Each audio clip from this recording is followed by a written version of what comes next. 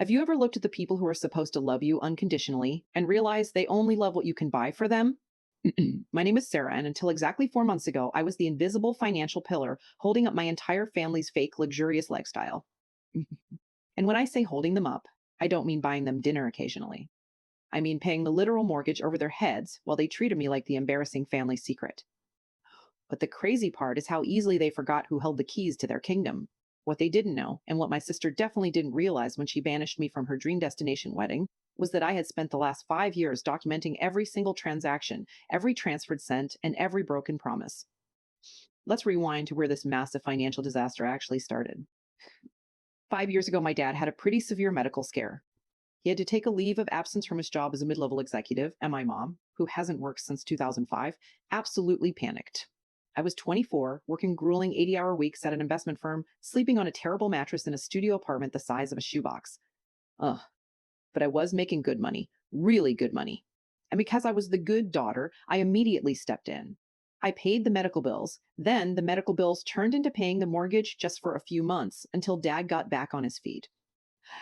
But dad got better, went back to work, and somehow I was still paying the mortgage.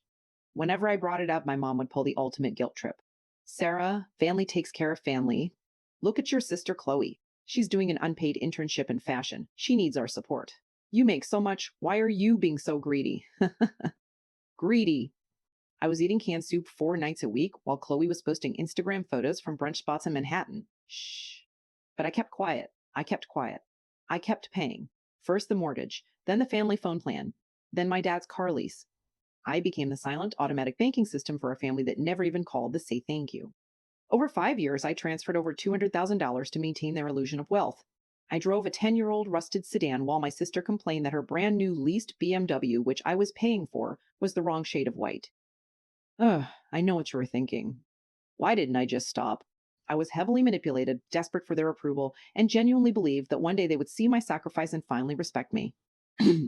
That illusion completely shattered 3 weeks before Chloe's ridiculously expensive wedding in Tuscany, Italy. I had paid for her bridal gown. I had paid for the deposit on the villa. I had even paid for my parents' first class tickets. I was sitting at my desk at work reviewing a spreadsheet when I got a notification from the family group chat. Chloe had sent the final seating chart and the list of people invited to the rehearsal dinner. I zoomed in on the PDF. I checked every table. Table 1, mom and dad. Table 2, the groom's parents. Table 3, the bridal party. I kept scrolling, my name wasn't there. I thought it was a mistake. I immediately called Chloe. She picked up on the third ring, sounding annoyed. What is it, Sarah? I'm at a cake tasting. I asked her where I was sitting. There was this long, agonizing silence on the phone. Then she said it. Look, Sarah, the wedding planner and I were talking, and my aesthetic for the wedding is very high-end elegance. You don't really fit that vibe. Plus, mom said your job is so stressful, you'd probably just bring the mood down. We think it's best if you just stay home. You understand, right? I couldn't speak. My own sister, my own mother. They had happily drained my bank accounts for 5 years, lived in a house I paid for, drove cars I financed, and now I wasn't elegant enough to attend the wedding I was secretly funding. They thought I was a spineless ATM. They thought they had entirely broken my spirit. I didn't yell, I didn't cry. The sadness just instantly evaporated and was replaced by something cold, sharp, and totally focused. I said, You know what, Chloe? You were absolutely right. I don't fit the vibe. I hope you have the exact wedding you deserve. And I hung up the phone. Shh. I didn't say another word to them. Instead, I opened my laptop. I didn't need to yell. I needed to execute. I started with the wedding. The venue in Tuscany was booked under my credit card. I called the villa, explained there was a massive family emergency, and canceled the reservation. I lost the 20% deposit, but getting the other 80% back felt like pure adrenaline. Next, the caterer, canceled. The florist, canceled. The luxury transport from the airport to the venue, canceled. But I wasn't done. Oh no, the wedding was just the appetizer. I logged into my main banking portal. I navigated to the automated transfer section. There it was, mom and dad mortgage, scheduled for the first of the month. Click. Delete. Chloe BMW lease. Click. Delete. Family unlimited data plan. Click. Delete. In less than 45 minutes, I completely dismantled the financial infrastructure of their entire lives. I shut off the tap. But I am an analyst by trade. I like data. I like proof. So I spent the entire weekend printing out 5 years of bank statements. I highlighted every single transfer, every bill paid, every emergency cash injection. I put it all into a massive, heavy black leather binder. On the front, I printed a single label, The Vibe. Fast forward to exactly 1 week before the wedding. I was sitting in my apartment drinking a cup of premium coffee for the first time in years when my phone started ringing. It was my mom. I ignored it. Then Chloe called. Ignored. Then Chloe called. Ignored. Then my dad. Then Chloe again. Within 10 minutes, I had 42 missed calls and a flood of panicked text messages. The venue had officially emailed them the cancellation notice. The car leasing company had flagged Chloe's missed payment, and the bank had just issued a massive late fee warning on the mortgage. Finally, I picked up. The screaming on the other end was deafening. Chloe was hyperventilating, crying so hard she was choking on her own words. The villa is gone. Sarah, the villa is canceled. They said the card on file revoked authorization. Fix it! Fix it right now! My mom snatched the phone. Sarah, what is wrong with the bank? The mortgage bounced? Your sister's wedding is ruined. Call your bank and fix this glitch.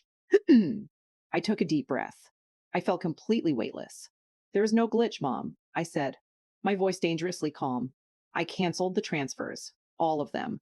The mortgage, the cars, the phones, the wedding, everything. The line went dead silent. I could almost hear the gears turning in their heads as they realized the gravity of the situation. You can't do this. My dad finally bellowed. We are your family. You have obligations. My obligations ended the moment you decided my money was good enough for your lifestyle, but I wasn't good enough for your family photos, I replied.